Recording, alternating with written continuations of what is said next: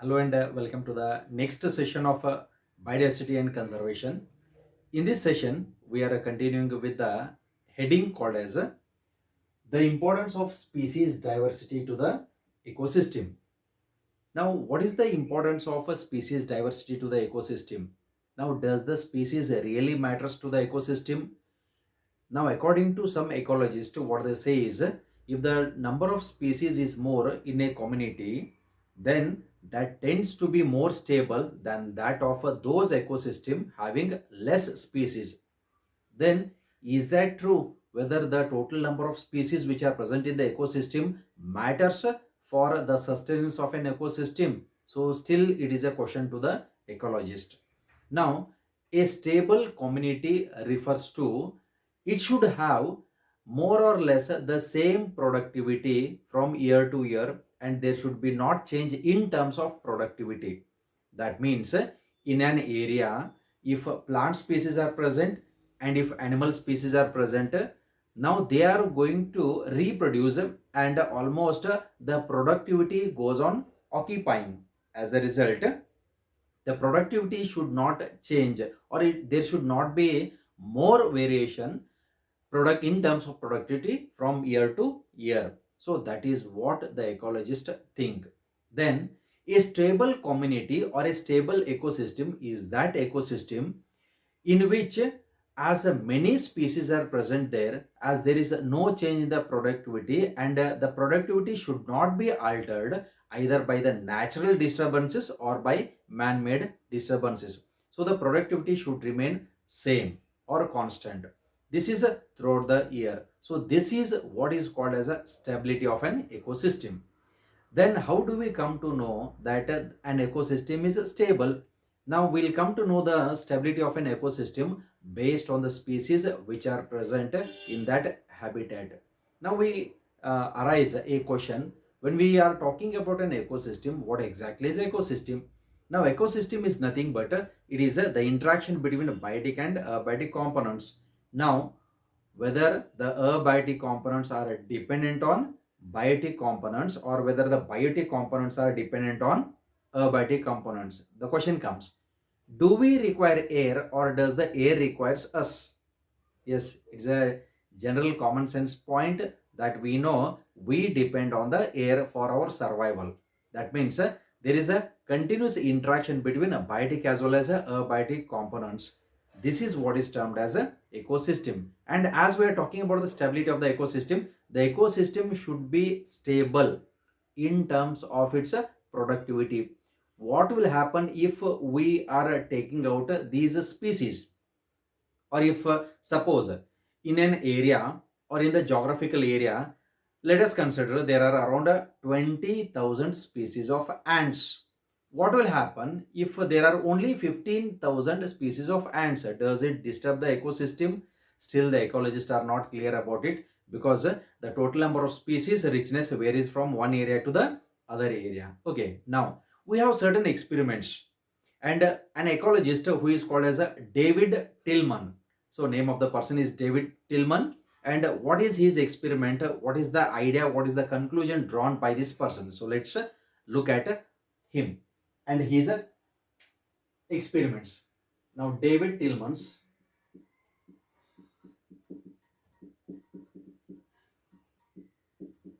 outdoor plot experiments.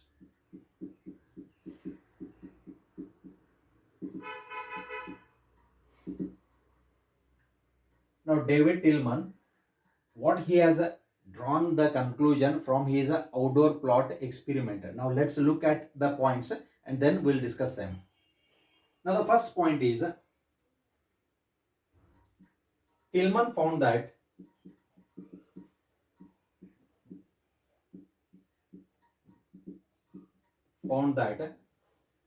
plots with more species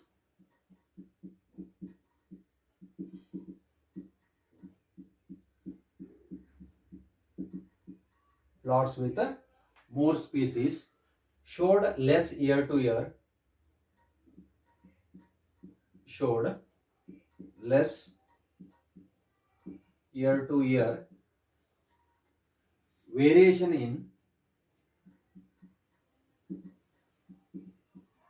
variation in total biomass. This is his first conclusion. What he states here, Tillman found, what he found, that plots with more species showed less year-to-year variation in total biomass. So we'll explain about it. Let's look at the second conclusion drawn by the Tillman. He also showed that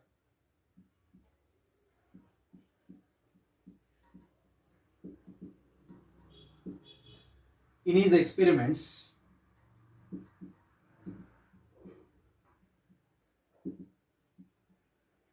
he also showed that in his experiments, increased diversity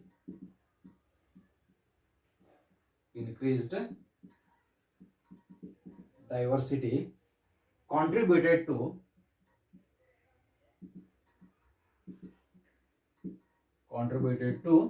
higher productivity.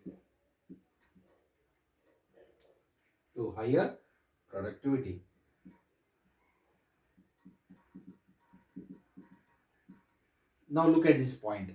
So this is the conclusion drawn by a person, an ecologist called as David Tillman. What he states, now his outdoor plot experiment, when we are studying biodiversity, when we are studying ecology, when we are studying ecosystem, when we are studying about the environmental issues, we have to go to the outdoor plots only. We have to go to the environment, then only we can study. Being in a classroom, sitting in a home, you cannot study about the biodiversity. You will not come to know the aesthetic value. You do not come to know the beauty of the nature. That's why if you want to realize the beauty of the nature, then you have to go to the outdoor plots. Okay, suppose if you go to the Western Ghats, like Amboli Ghat, if you go to the Eastern Ghats, then definitely you will come to know regarding the aesthetic beauty of the nature. And hence, what David Tillman has did is, in his outdoor plot experiments, when he went into the nature, when he has studied certain plots in one area, plots refers to, it's not a small plot like 30 by 40 or 50 by 40. It's not like that. We are taking larger areas. Okay, so that's why in the larger areas, in different areas, he has did experiment. So Tillman has did experiment, and what is the conclusion that he has drawn from his experiments? The first one is, Tillman found that plots with more species, look at this part. So the plots with more number of species, so species number is more here, showed less year-to-year variation in what? In the total biomass. Biomass is nothing but it is in terms of productivity, either food produced in the plants or in the animals, the weight gained. Okay, so this is regarding the part of the biomass. So what he found in the first conclusion by his series of experiments in the outdoor plot. So plots with species, plot meaning area, it's an area set by David Tillman. So in those plots with more species, suppose if the number of species are more, species refers to plants and animals both. When we go to the forest, we cannot find only the plant species, we find the animal species also, because of the wildlife is a resides there only. So that is a resident place of the wildlife. So that's why in his plot, more species showed less to less variation in total biomass. That means there was not much greater change if the total number of species are more. Suppose if there are thousands of plants and different kinds of animals in an ecosystem, the productivity does not change from one year, this year to next year to then later years. So the productivity does not change.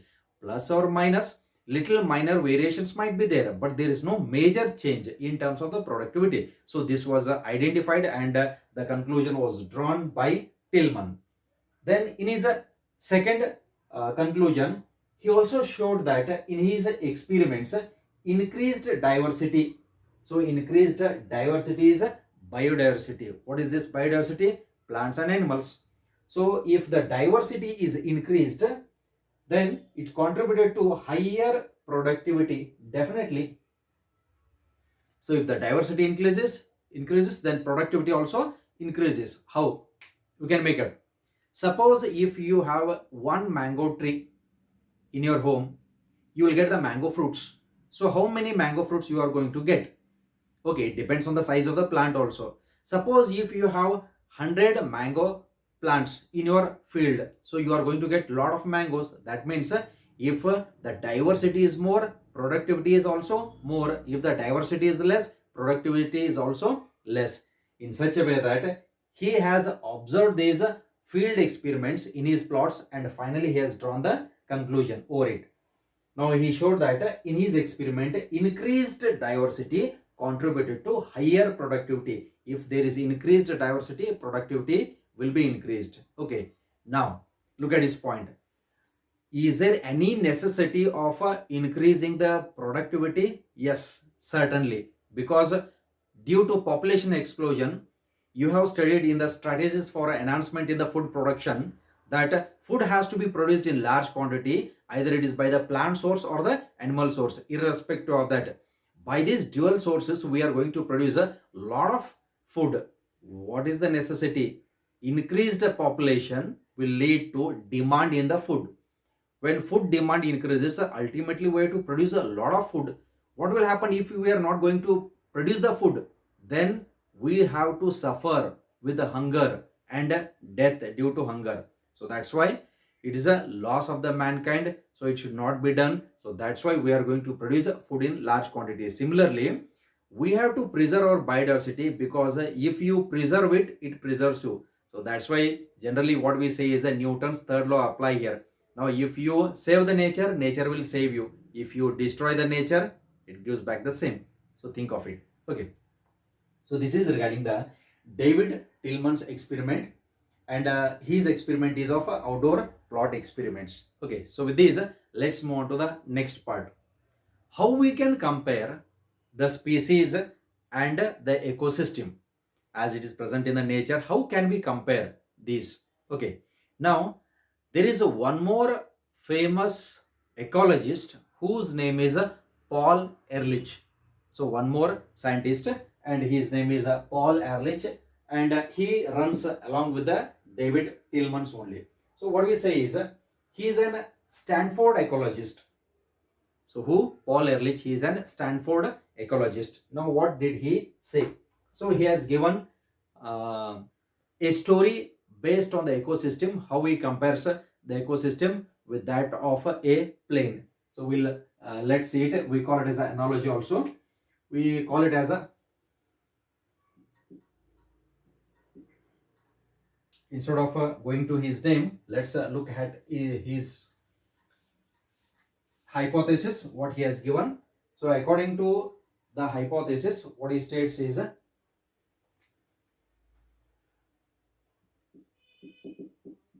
Rivet Popper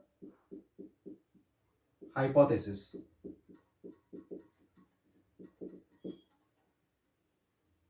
This is the hypothesis given by Paul Ehrlich.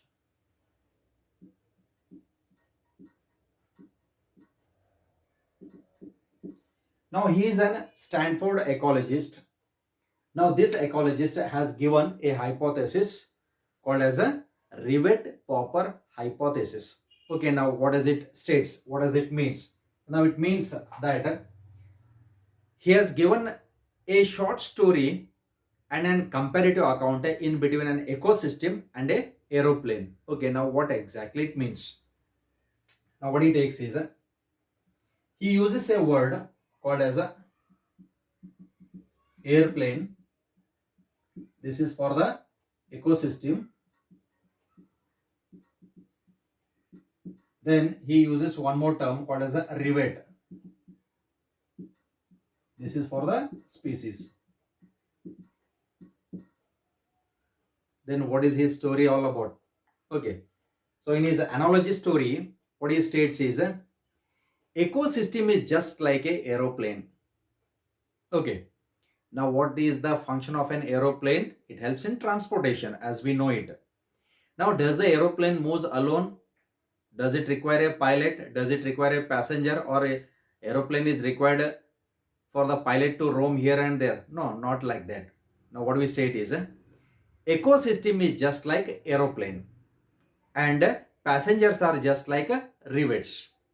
Okay, not passengers. Passengers will be traveling and this aeroplane is made up of many screws, nuts and bolts. For this we call it as rivets. Okay, now what we compare? Aeroplane is an ecosystem as it is made up of many screws, bolts and nuts. We call them as rivets. Aeroplane is made up of many rivets. Those rivets are nothing but the species. Okay. When the passengers will be traveling in the aeroplane, what they may do? They may start to pop these rivets. Popping refers to losing the nuts, removing them. Now, generally, I think you might have experienced when you are traveling in any vehicle or in a bus. In front of you, a seat will be there. If you just see a screw which is loose, what you do? You start to completely lose it. You try to remove it also. Sometimes you remove it and throw it out also. So by this process, what will happen?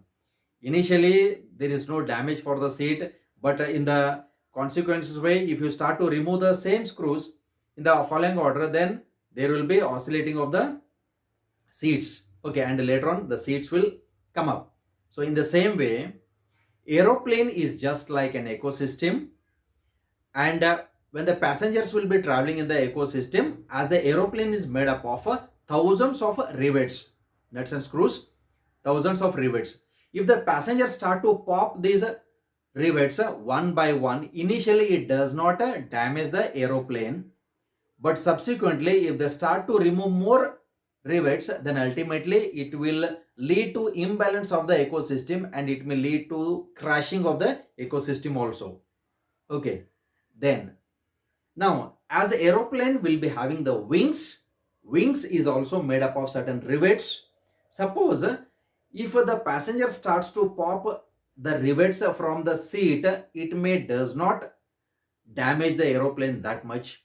But suppose if the passenger is removing these rivets from the wings, then it will lead to damage. We call these rivets as a keystone species. Okay, now don't think that sir, how can we put our hand in outside the window and take out the screws? Okay, so this is an analogy given by Paul Ehrlich. So what he wants to compare is he wants to show that in an ecosystem many species are there. Suppose if you are removing these species one by one, initially it does not damage the ecosystem, but if you remove more species from this ecosystem, definitely it is going to damage the ecosystem. There might be an imbalance in the ecosystem.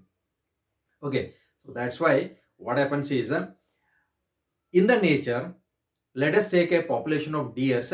Population of deer is there. Who controls the population of the deer? Yes, it is the tiger. What will happen if there is no tiger? Then these deers do not have any fear of the predators. Then ultimately they will graze these grasses and they will reproduce and their number will increase like anything. Then what will happen? If there is shortage of the grass, then what will happen? All without getting any food, all these deer population will die, and hence it is going to damage the ecosystem. This is how is stated by this ecologist, Stanford ecologist called as Paul Ehrlich. Now this is a story which is called as a Rivet popper hypothesis. Now he compares ecosystem with the aeroplane. He compares the rivets with the species. Now what he says in short is ecosystem is just like a aeroplane. If the passengers start to pop the rivets one by one, initially it does not damage the aeroplane. That means it does not damage the ecosystem. But if they start to pop it continuously, means if we start to remove the species from the nature continuously, it is going to damage the stability of an ecosystem, which becomes unstable, and it may lead to death of even lot of species also due to competition also, and due to unavailability of the species also. So this is what he states. Okay, so this is the Rivet popper hypothesis. Okay, now by this process what will happen? Suppose if we are not conserving, if we are not preserving the species, what may happen? Suppose if we are not preserving it, then ultimately we are losing them one by one. We are losing them one after the other, year by year, and slowly what will happen? One day they will become extinct. Now already many species have become endangered by the intervention of the humans. Natural causes are different by which the species gets damaged and extinct, but today we are damaging the ecosystem more. You know it well also. Okay, so because man is first needy, later on he becomes greedy. When he becomes greedy, then what he will do? He starts to exploit the nature and the natural resource. So that's why in this way we are going to damage our nature and our natural systems. So that's why in the next part we are going to study regarding the loss of the biodiversity and how we lose our biodiversity. Okay, so let's have a look of loss of biodiversity, okay, in the next session.